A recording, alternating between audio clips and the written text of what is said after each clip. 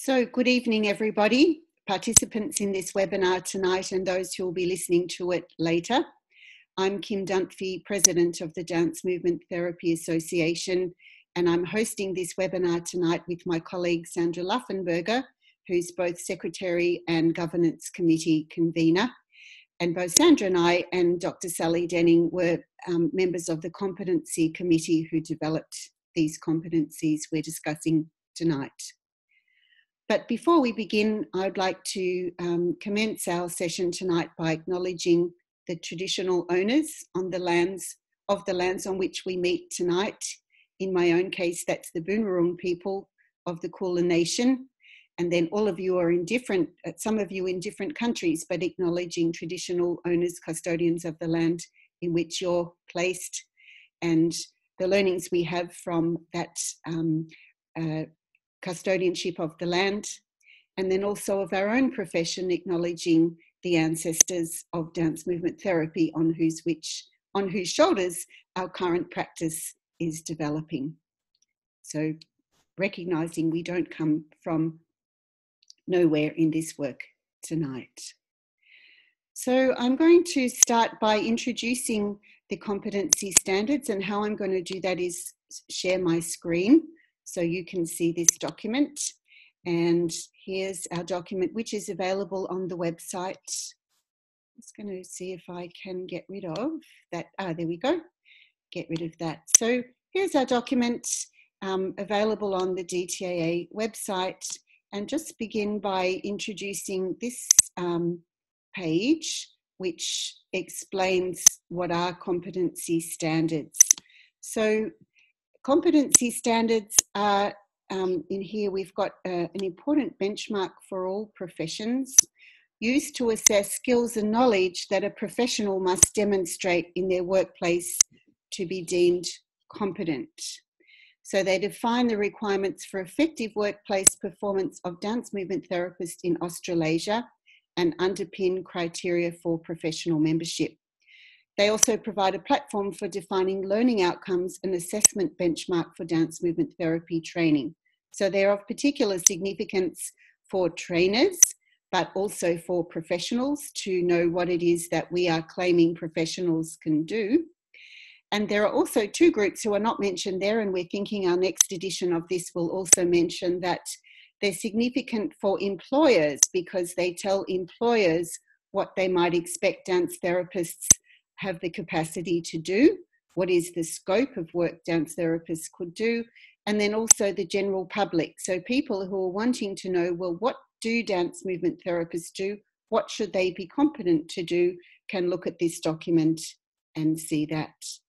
And I'm going to just whiz us down to the glossary. So part of the task tonight, and why we haven't made slides, is that we're wanting people to become familiar with this document. Here is a definition which we have from ASQA, which is the Skills Training Authority for the National Government in Australia, defining competency as the consistent application of knowledge and skill to the standard of performance required in the workplace. It embodies the ability to transfer and apply skills and knowledge to new situations and environments. So that's kind of nice that that word embodiment is there too, which for us dance therapists. And we've chosen that definition of competency because ASQA is significant in the Australian context as our national authority for training. But our colleagues in other countries in New Zealand and other countries in the Australasia region would have their own national training body who would have presumably a definition of competency. So going back, excuse me, close your eyes if you get a bit dizzy while I whiz back up here. The competency standards, I did some homework last night looking at competencies or what other professions are using competency standards. And it's looking to me like it's very ubiquitous. So other professions, OT, so occupational therapists, had their first set of training standards in the late 1990s, and they'd revised them in 2017.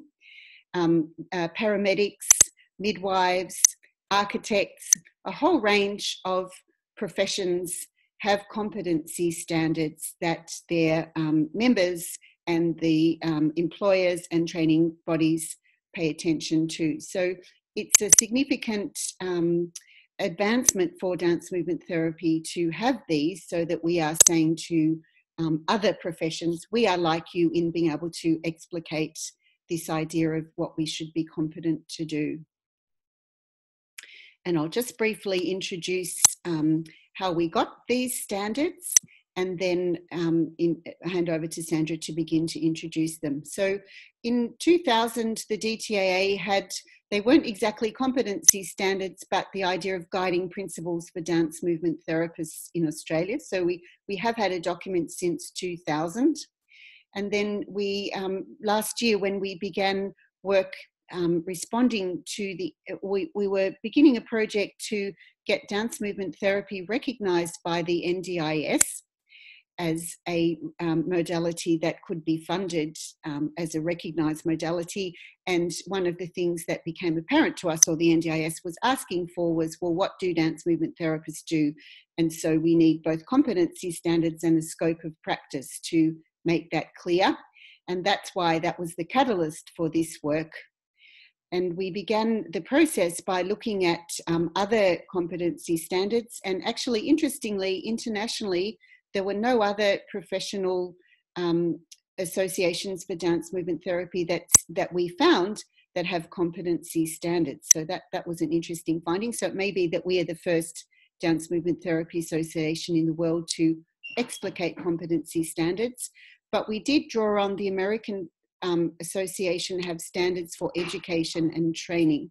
So we were informed by that, as well as other methods, literature review. We consulted with dance movement therapists, and that included 2 discussions at AGMs in 2017 and before, and a very brief discussion at the 2008 AGM. And then we had functional analysis with DTAA members, including one that happened at the 2007 AGM, where members were asked to talk about the broad range of activities they do. And then we had a range of responses to draft documents. And then we had some critical incident interviews with practicing dance movement therapists. And it was this committee of 3, myself, Sally Denning and Sandra Laffenberger, who developed these competency standards, but we were in consultation with members throughout that time, including particularly the leading group of the DTA, which was called the General Committee at the time. And then we distributed them to members for comment or consideration, and then endorsed them at the meeting AGM in 2018. And the intention at that time was not that this was the just checking whoever's got their microphone on, if you wouldn't mind muting yourself.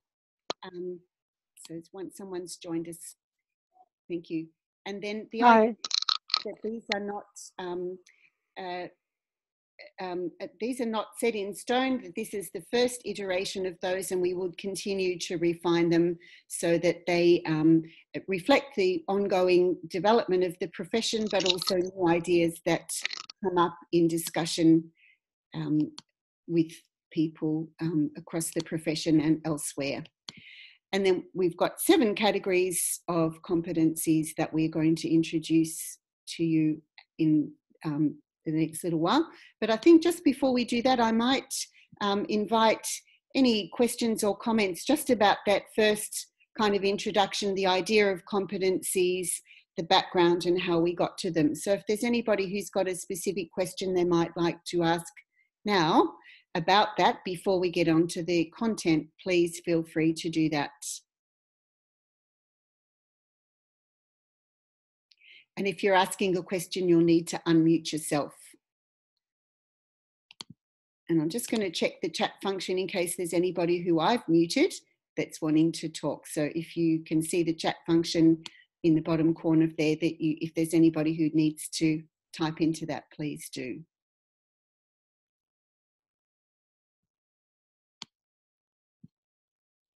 Okay, well, that's looking like perhaps we're ready to go on to the next section. and we can certainly come back. So if there's a question that arises in this conversation, hold it now and we'll come back at the end. So if there's anything you want to talk about competencies generally, we can do that also at the end.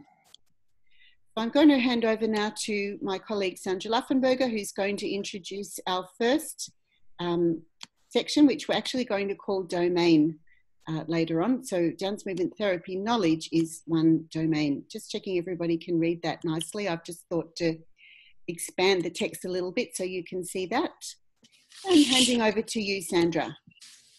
So before I start on the specifics of this first domain, I guess I want to just reiterate, it was in sort of the bottom of the last slide, is that we looked at we tried to group the competencies. We had hundreds and hundreds of competencies, and we decided to group them into 7 major areas of knowledge, and well, not knowledge and application. And so as you'll see, we go through them, they break down to be dance movement therapy specific knowledge, and then the key issue of dance, and then the broader issue of body movement, that's the third one.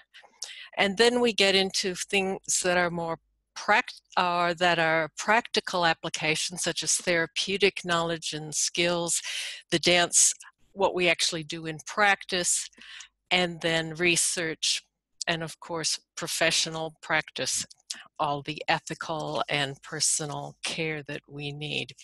So we felt that these 7 broad categories represented the major kind of concepts that we would need covered. But yes, anyhow. The other thing that I want to say before, maybe this will head off a few questions, because I think there's often a huge confusion.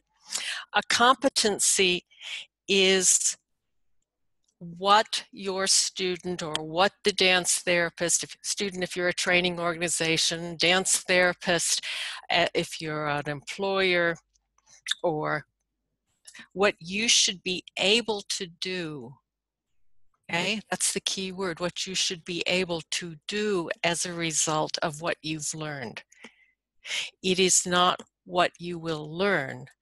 Okay, so it's not content, it's about what you can be able to demonstrate, show, exhibit, etc. So it's about the practical, what you will do. And I think if you keep that in mind, then questions about how come we don't have certain topics in here or whatever may start to make more sense, or maybe not even, anyhow, you'll understand why they aren't in there so specifically. So I'm going to go through this first one, and if you want to scroll it up, Kim. The first major domain is the knowledge of dance movement therapy, a sort of a general knowledge. And there's 2 major competencies. We've always highlighted them. You'll see them highlighted in the sort of purpley red. And the first one is about your knowledge of dance as a therapeutic modality, both historically and cross-culturally. And the second one is about the emergence of dance movement therapy. Okay, and it has emerged in the Western world as a profession, which is what we're interested in. And dance as a therapeutic modality has existed across cultures and throughout history. So then the specifics underneath, they simply point out key things that you need to know about each one of these key competencies. So for the first one, you need to understand or be able to demonstrate your knowledge of historical practices. Second one is about contemporary use of dance as a therapeutic practice. And the third one, particularly specific to Australia, the healing dance practices of Indigenous peoples. Then the second competency or major competency, I never know quite how to subdivide these, is about dance movement therapy in specific. So pretty much maybe since the 1940s, if we want, but it depends on how you develop your content. So that's up to you. But it's about understanding the origins of dance therapy as an actual profession, the key pioneers of dance therapy and what they contributed to our theory, the dance movement therapy movement and profession in Australasia, and then of course the underlying historical and theoretical function of improvised movement, which is really foundational to the dance movement therapy knowledge.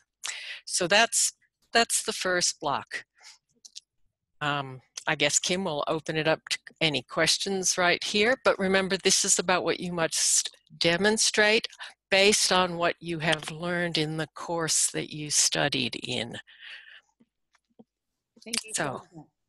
And thank you for explicating the idea of competency as opposed to knowledge or information or some other aspect of what we might have from our training, either our initial training or any other professional development or learning we do during our careers. So I invite any comments or questions just on this very first domain about dance movement therapy knowledge. And if you want to say something, remember to unmute yourself.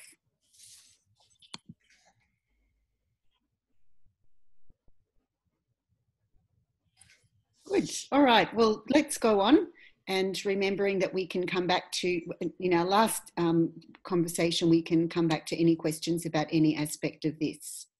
So I'm going to take us through the second domain. And I'm just going to make a little gap there so that's a bit easier to see. And this is the use of dance skills. So as a dance movement therapist, we need to have technical skills in dance and movement to support therapeutic practice. And this includes 4 sub-elements. So the idea that we need to have, we can utilize, so we can access the full range of available movement across all BESS components. So body, effort, shape, and space components. So the idea that we as dance movement therapists have a full range of movement capacity that we can utilize in our practice. We have proficiency in dance styles to support therapeutic practice. So you can see that we're not saying specifically what dance styles they might be, and that might be for a range of reasons, including that we might have culturally specific dance styles that might be relevant for our practice, or age specific. We might use beatbox or hip hop dancing if we're working with young people, or ballroom dancing with older adults. And then very fundamental to dance therapy, the idea of skills in movement improvisation to support therapeutic practice. And then finally, the idea that we are using dance movement or dance and movement to stimulate creativity and expressivity in our clients. So that's really the fundamental reason for using dance and movement. We're not training people to be dancers, we're not training them in dance skills, but we are wanting to stimulate creativity and expressivity in our clients. So I'm just going to hold it there. So we've come to the end of our second of 7 domains of competence, and invite anybody who might like to ask a question or make a comment at this point.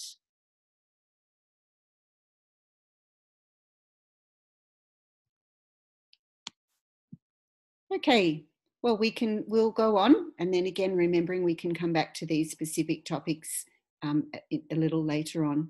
So I'm now going to hand back to Sandra. Luckily, because this is her area as a CME, LMA expert, body in movement. Sandra.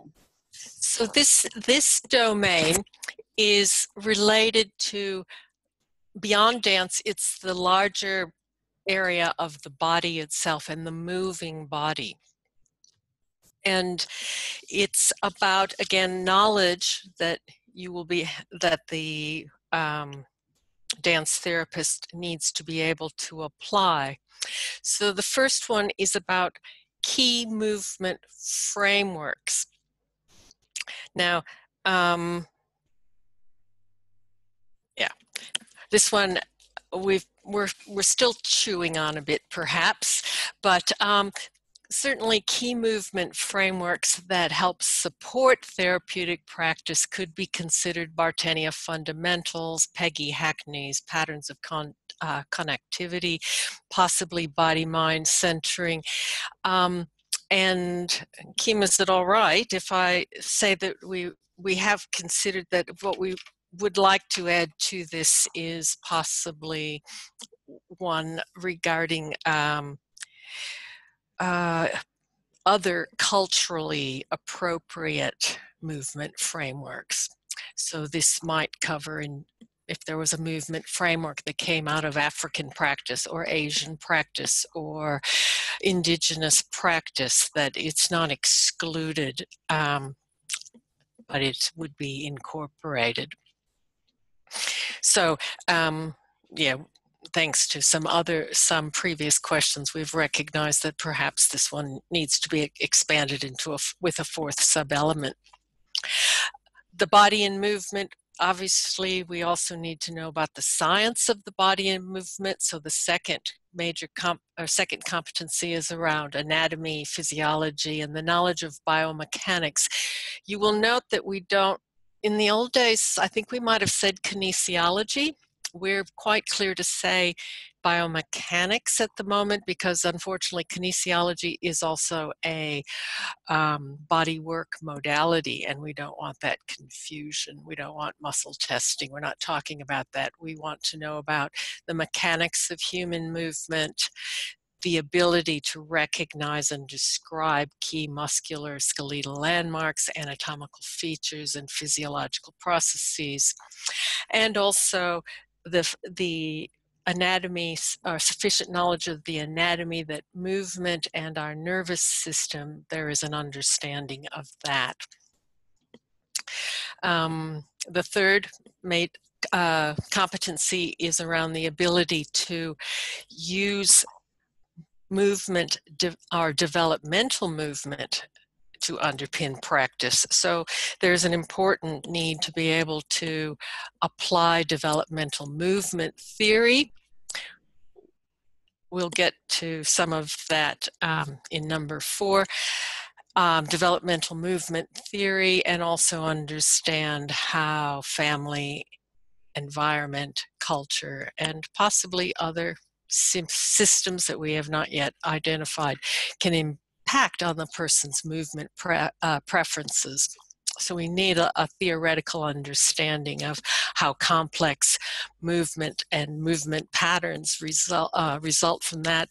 And then most importantly in my book, that there is this application and ability to use for both observation and analysis using the Laban-Bartenieff movement system. If you've known it in the past as LMA, that's same thing. It's just that it's now considered Laban-Bartenieff in order to honor Irmgard and her contributions. So the ability to use LBMS to document, describe, communicate body patterns, and as well as relational movement patterns. So we'll pause here and see if there's any questions. I have a question. Hi, Virginia. Hi. Just going back to 3.1. Virginia, do you want to identify yourself for the recording? What's the hat you're wearing in this with this question? I'm a practitioner. I'm a private practitioner in dance movement therapy in mental health, and yeah. Okay. Yeah, I'm just wondering. So when we call these as competencies, are we expecting people to have one of those? Is that what you mean by having those ones specifically defined? That's a good question, Virginia. And actually, we had a big discussion about this yesterday. When we had put them in here, we were thinking of these as systems, models that all dance therapists should know about. And one thing we haven't actually mentioned very clearly here is this idea of competencies is what a basic beginner level or basic level dance movement therapist should be able to do. And because this topic has come up now twice in comments, we're wondering whether we might want to be changing that to say that, for example, a beginner or basic level dance movement therapist perhaps might not necessarily be able to utilize body-mind centering, but recognizes body-mind centering as a system that enhances movement capacity. So it might be that not all dance therapists need to have competency in body-mind centering, but we decided that we wouldn't want to have even a beginning dance movement therapist who's not heard of body-mind centering, so doesn't know what it is. So that might be something we adjust, and perhaps with even all three of those, that we might consider them that all dance movement therapists might not necessarily be able to utilize or apply those, but we thought that we would not want to have a dance movement therapist that hasn't heard of those and doesn't recognize them for their function. Okay, so that just needs to be clearer there. Yeah, well, we actually need to, if that's what we decide to do, and maybe by the end of the session tonight, we might come to some kind of agreement. And I think that's looking where we might go. So we might adjust that to distinguish between what a dance movement therapist must at least be aware of, as distinguished from that they have the capacity to do. We have to make sure, however, Kim, sorry to interrupt you, words like awareness of are not competency words. We have to have something like we have to have quite a more active verb. Yeah. And a measurable, these need to be measurable verbs, and because these are the performance standards, if you will, against which you're going to check your students. So anyhow, so it's going to need to be more than just awareness. It's going to have to be something. And knowledge of or something. Yeah, access of knowledge of or something like that. Yeah. So is there another question? Just checking that addresses what might have been coming up for you there, Virginia. Yeah, I just think the wording, I mean, it makes me feel a little anxious, because while I know of, like I've done some workshops in body mind centering, I wouldn't like someone to say, would you come and run a workshop on that for me? Like I couldn't do that. We recognize that, in the same way, maybe you wouldn't actually run a Bartania fundamental workshop either. No, I wouldn't know how but you would have some basic awareness of what this system might offer, and maybe a few skills. Yeah. Well, we did that as part of, the grad dip, but it would be more on that level, because this is beginner level. Yeah. So it just needs to be clearer, I think. Yeah. Well, actually, it's a change from that, because we had, when we were thinking about this, we were thinking, well, these are fundamental. But that, as the conversation has gone on, we're realizing, it would be possible, for example, if you were an Indigenous dance movement therapist, that you might be informed by Indigenous models of understanding movement that might not be. And so these are, and actually the comment from Jane Revshorgi, which stimulated this conversation, was these are very Western focused models. And we have to be remembering that a lot of these ideas have come from America, which is both, terrific that we have this impetus, but we also have to be recognizing that there's, a range of ways of knowing in the world and knowledge systems that don't necessarily always need to privilege American ideas. And so, and then even if they do privilege American ideas, that we can't be expected to know all of them. So thank you for those people who've suggested additional words there, and we'll take those back and make sure that we are thoughtful about those. And then what our plan with this is that we would present the next version of this at the AGM. So we'll go away with the ideas discussed tonight and then bring them forward again. Can I just add one more comment? Sorry. Yeah. Just wondering, like, and I won't open this up to discussion because we're running out of time, but just there are other things like Anna Halperin's approach, and just I'm wondering how we keep it broad enough so that people who've come through that training or other types of training can have, you know, that's recognised too. I don't know how you do that, like it's so big, but yeah, just interested in those choices. Yeah. So can I answer? So they're not excluded. That's again a content decision. I just noticed a question from Lily about what about KMP. Many of those, they are adjunct. They're the same way we might go and do a continuing ed or professional development and learn something. They're not excluded at all from these competencies because we're not naming content, and perhaps, as we've realized, we perhaps have overnamed content here, and that's the issue. However, the Laban system is basic to dance therapy worldwide, so that's why the at least Bartenieff and LBMS is in there. But we realized last night that or the other night, that we could change this 3.1 and broaden the idea of movement frameworks so that other ones could sit under there, but they will not be named because that will be training program specific. Is that all right?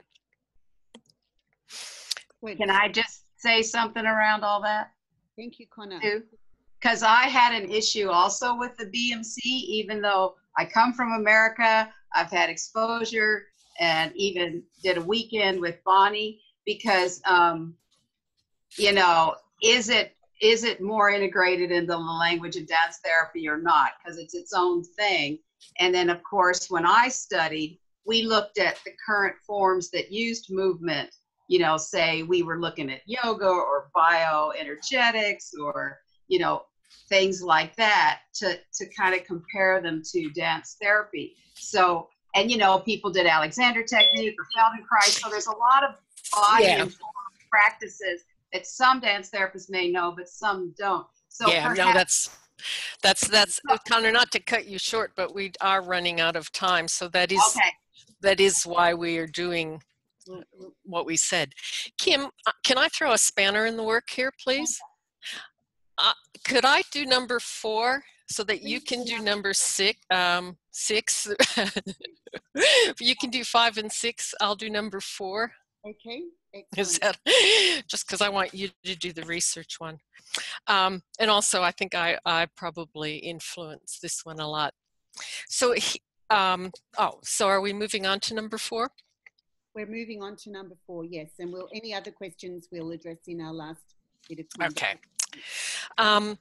So this is the actual therapeutic knowledge unit. And again, they are named in terms of competencies and not content, but I tried to break things down so that the concepts or the ideas were under key different areas. So the first one is about cognitive and psychosocial development, those theories. And those are the lifespan theories, the theory of mind, as you can see in number 4.1.3. There's memory, many of these cognitive mind theories. Again, we had a lovely question from Jane Rafshagi about what about Freud's ideas and what about this? They can fit under here. How you choose to do theory of mind is depending on your program. So these are, so they're quite broad. They're probably more broad than you may think. The second one is, of course, important about the neuroscientific theories. These are very, well, they're kind of what excites people about dance therapy, and they're getting a lot of headlines, but it's important that we can talk about them. So we do need a dance therapist to understand key and be able to demonstrate their understanding of key principles like, or key ideas like neuroplasticity and how it affects, or how it's related to interventions, and to understand what mirror neurons are, and understand stress and trauma responses, and understand autonomic nervous system ideas such as the window of tolerance. Again, how you teach these or what you use, it's just that these are important things that are currently, we felt that a dance therapist currently needs to be able to communicate and apply.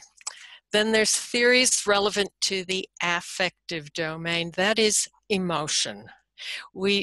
There's a lot of work out there on affect theory, and it's very important to dance therapy because we work with expression and expression of emotion. So that's where this domain came out of. It's quite, I would say it's very unique. We didn't find it in anybody else's, but we felt that it's quite related to trauma and the trauma work that sometimes we may be leading into, but also it's key to dance therapy because it's about expression of emotion. The fourth one is about psychotherapeutic theories. And again, the psychotherapeutic theories that may help the dance therapists understand relational dynamics as well as nonverbal communication. But we're not specifying, does it need to be Freud, does it need to be Jung, does it need to be Klein, or does it need to be CBT? It's not specified. They just have to be able to explain or provide an understanding of relational dynamics and nonverbal communication.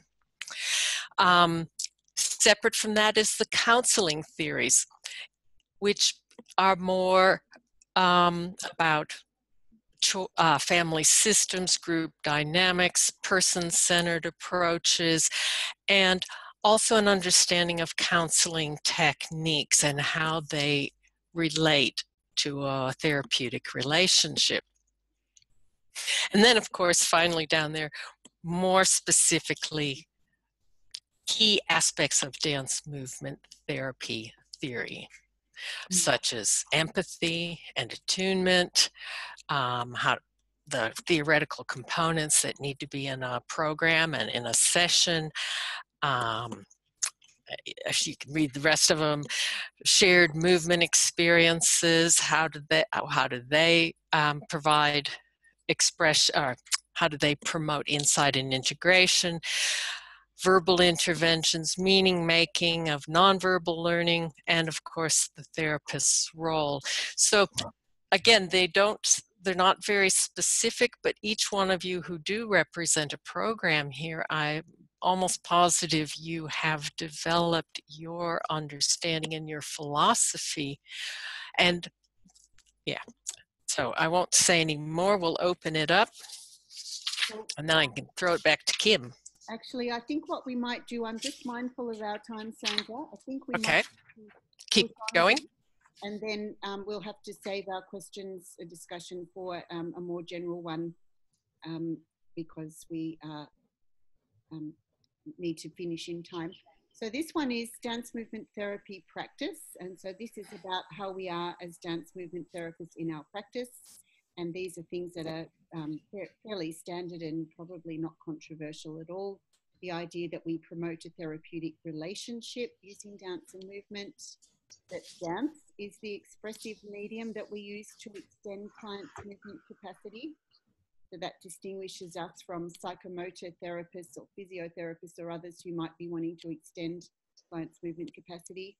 We assess the client, and there's a range of ways that we might do that. And then we develop dance movement therapy plans for our clients. So that's our process of being effective practitioners by addressing client needs, being thoughtful about client needs. We monitor and review their progress against the plan. We implement interventions, and then we've got a range of aspects here, which is the dance, movement, choreography, symbols and imagery, and other art forms. We facilitate groups, and we demonstrate application of systems and tools for observation, analysis, and assessment. And just responding to the, that's the end of my section there. So just responding to question before about KMP. So this would be the area, we haven't specified KMP, but it might be, this is a system for movement observation, analysis and assessment. So this doesn't preclude using KMP or any other type of assessment approach, but so we're asking people that dance movement therapists have capacity for observation, analysis and assessment. I think what we are saying, though, just to quickly interrupt, is that we would want the Laban system to be the primary tool, and then any additional one is great. Yeah, and actually I see that we don't specify other systems there, so we might... So make a note of that. Okay. So this is not exclusively, so LMBS is fundamental, LMBS LMA is fundamental, and then there might be other systems, so including KMP and others. So just pushing on, Sandra, you can do this one. Research, so now I'm going to do research. Yep. A relatively short one. So we, in a dance movement therapist at a basic level doesn't need to have capacity to do research, but they need to understand the role of research, to utilize evidence to inform their practice, to know how to search a literature and understand what it's saying and how this might influence their practice, and then ensuring ethical publication and research practice. So if they are doing anything, that they're doing things like having informed consent and managing their data appropriately. So this is something that is pretty important, but it's not a major part of a beginning dance movement therapist's work. So we're going to whiz on now to the last section, and then we'll open up for discussion and questions. So handing over to Sandra. Oh, okay. These are all things that are, of course, very basic to professional practice and the idea of professionalism in practice. So, yeah, again, we'll just sort of whiz through them and let you read them. But the first one I think is kind of interesting simply because it points out that we can be able to recognize our clinical limitations and our ability to seek supervision or refer out. It's also about collegial relationships. It's about advocacy and the ability to communicate clearly about dance therapy to stakeholders and other professions. This is really, really important for promoting our whole profession and professionalism. And then we get down to the nitty-gritty of data and management of records, confidentiality, those kind of things. Client safety is the third one. Obviously, workplace safety and all of the other issues around that are critical.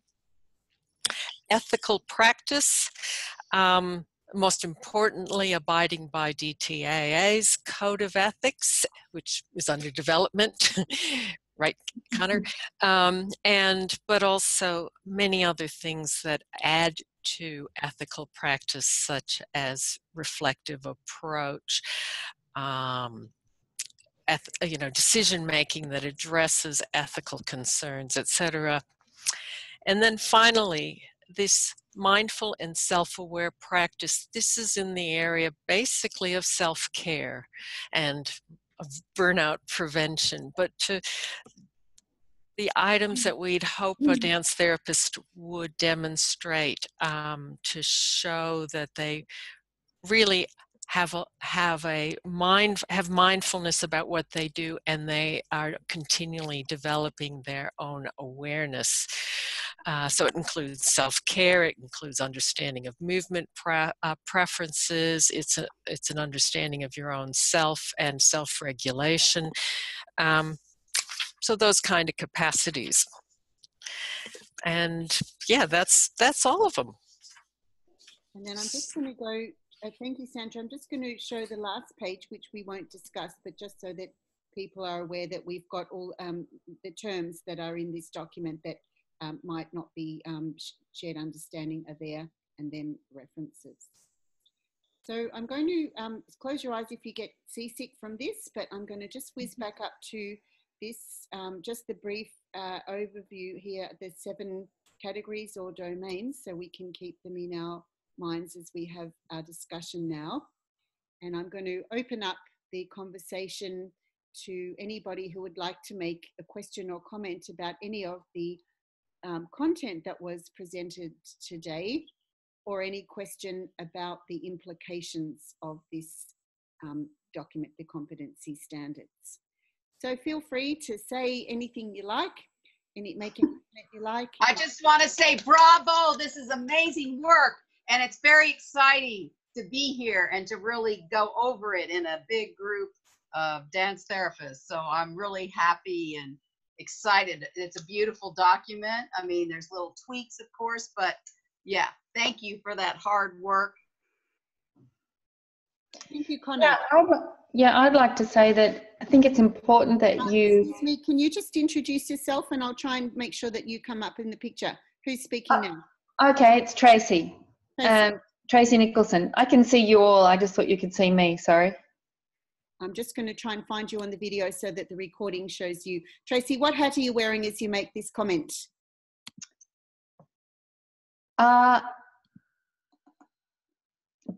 First of all, as a professional member of the Dance Therapy Association, that yes, I am very pleased to see this document written. I think it's very clear. I was really pleased to hear Sandra address the issue that seemed to come through the email threads over the last couple of days, which is not specific mention of certain movement analysis techniques and such. So I think it's really important that you add that language in there that says not limited to but inclusive of, because I think any dance movement therapist needs to have these skills, but it doesn't matter what their language is per se, so long as it is able to do what the competencies express. I do have a question. This could be because I wasn't able to join until I did. One of the concerns that came up through the emails was mention of work placement or that sort of thing specifically mentioned. Did any discussion happen of that? Because that would be something I would comment on as a course developer and trainer, that it might be inherent, but I would say it's inherent in any training of any therapist that there is a workplace competency under supervision during training. Whether it needs to be specified as how many hours, I don't know about that, because I have seen in other international professional associations where they have mentioned there has to be so many hours in a course, there have to be so many hours of clinical practice, that can actually take over from the actual course content, because learning isn't always measured by how many hours I sit in a workplace environment, because my supervisor might not be actually very good. So you'd have to be very careful about how that sort of stipulation is working. So can we address that, Tracy? Kim, do you want to? And thanks, Tracy. Good question, and good. It's a terrific chance to have this discussion. But I'll just mention, for those who are wondering about the email thread, the email thread hasn't included you if you weren't part of it for any other reason except that it was between the training providers. So there's a group of training providers who've been in a conversation this week. So please don't feel that you've missed out on something there if you're not a training provider. But Tracy's point is a good one, in the sense that we, just to be helpful careful about distinguishing this document from two other professional documents or two other professional frameworks, and one of them is the professional membership requirements. So our association has professional membership requirements, which are what we say is the amount and type of training that a dance movement therapist needs to have in order to meet our standards.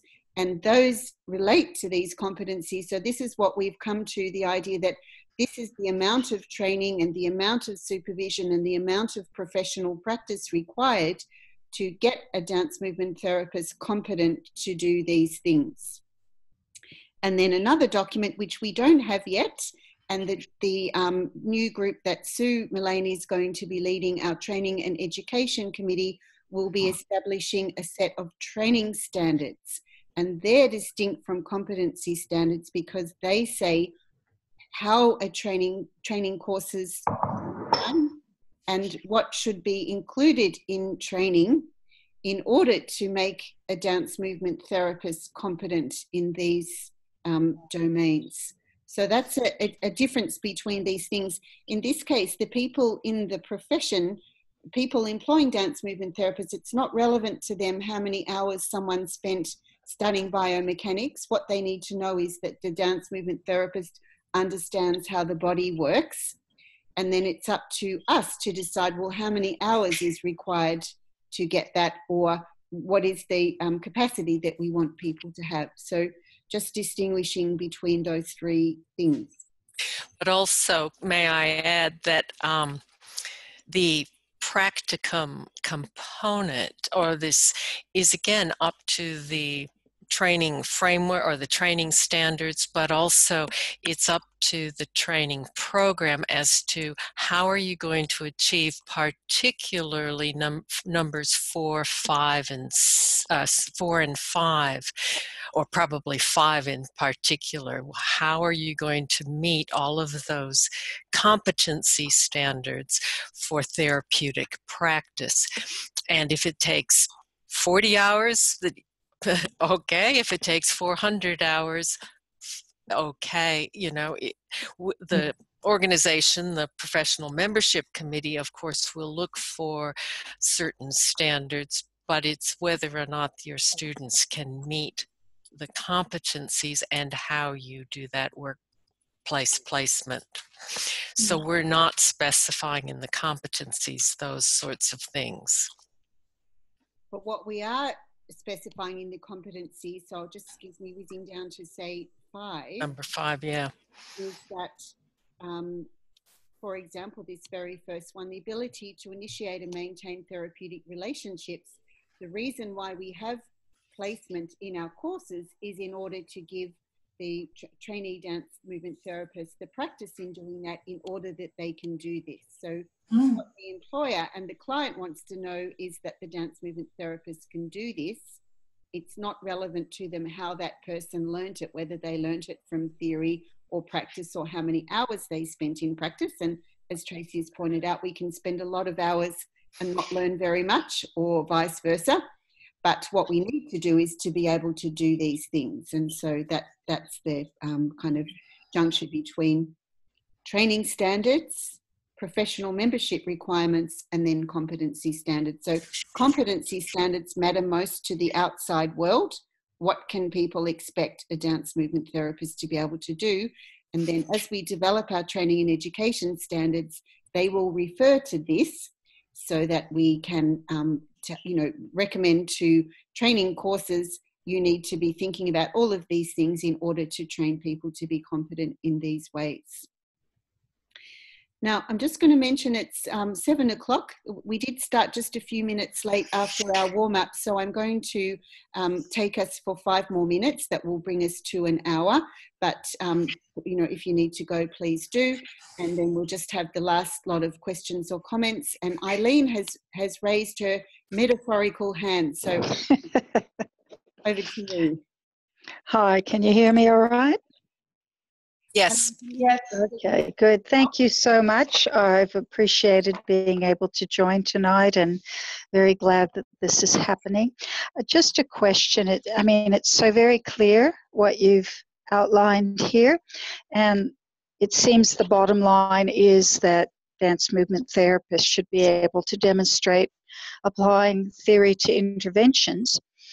What I don't see mentioned anywhere, and I may have missed it, is where we can show the world that we actually know how to apply per population we might be working with. The emphasis in the competencies is mostly on the different skills and theories, and without naming them, but outlining what needs to be there. But I see 5.3.1 in terms of awareness of human diversity, but that does not say to a potential employer that we know how to apply these to the type of population we would be specifically working with: mental health, disability, age, etc.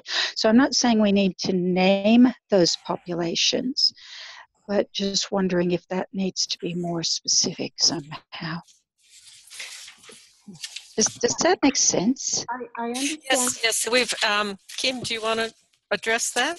Well, I guess this is what we were thinking here, Eileen, that is actually what this is about. So in this case, it's about the human diversity for assessment. And then here it's for planning and evaluation, and then also in delivery of service that we're responding to different clients' needs. But one thing that I'm seeing there is we don't say diagnosis. So that would be another possibility that we put in there. Which well, no, I wouldn't go to the diagnosis word. No, Kim, we discussed that. We did not want to go down the biomedical model. No. So that's... No, that. Okay, can I rephrase? So, I think, as Sandra pointed out earlier, the word awareness is not an active verb that I think suits our purposes, and it is used quite a lot through this document. Whereas to say that can apply theory to practice, and other terms that are more active verbs rather than awareness. Mm-hmm. Well, I don't actually see awareness a lot, but I won't argue that at the moment, because we're saying it's utilization of. Okay, so utilizes is the verb, and awareness is the knowledge, and that's the theory and application. Why not say the word knowledge? No, it's awareness, but it means that we're utilizing or completing or creating or applying. And when we developed this document, we went back and forth around, well, do we name populations? Do we?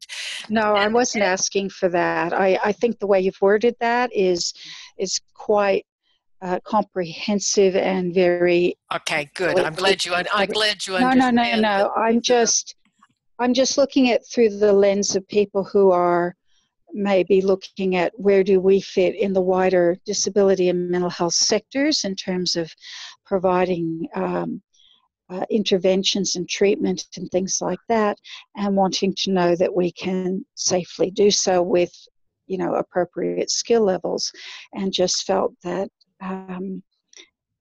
utilizing awareness doesn't say it for me that way, but perhaps it does for you. Okay, well, what I'm going to do now, because our time is up, I'm just going to invite, and I'm grateful for the people who put suggestions in there. If there's anybody who has a question that they haven't had a chance to say, or a suggestion in response to conversations. So Eileen is suggesting that we, rethink the word awareness. And if there's Eileen or anyone else who's got a recommendation they might make about how that could be improved, please feel free to pop it in the group chat there. So we've got some ideas already. And then our conversation is not over tonight. This is a good beginning of this. We will continue to work on that and improve that. So we are doing the best we can to be active in what we're talking about, without at the same time recognizing, not expecting too much, because this is beginner level dance movement therapists, and at some other point we'll have competencies for advanced level. Perhaps when we introduce clinical level of membership, we'll have a set of competencies that a clinical member might be expected. So, and actually that's a good point, because under here 5.7, it's about, a lot of it is about groups, and we don't really address more advanced things such as individual work. Yeah. Okay. So thank you everyone for your participation in our discussion tonight. To those who've sent questions that have stimulated thinking, and please feel free to continue the discussion either on this chat tonight or by emailing myself or Sandra, and then we can continue. And we've got interesting comment there from Beatrice. So it's terrific to have people, yeah, it's good, from other fields to help us to do the best that we can here in making the strongest document we can. So thank you everyone for joining us tonight. It's lovely to have you joining from all around Australasia and possibly other parts of the world as well. And good on you for joining us to learn and develop our profession.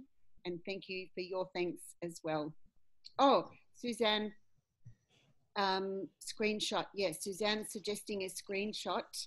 I'm going to just stop the recording at this moment. I can remember how to do that. I can stop the recording. Stop the share. There we go.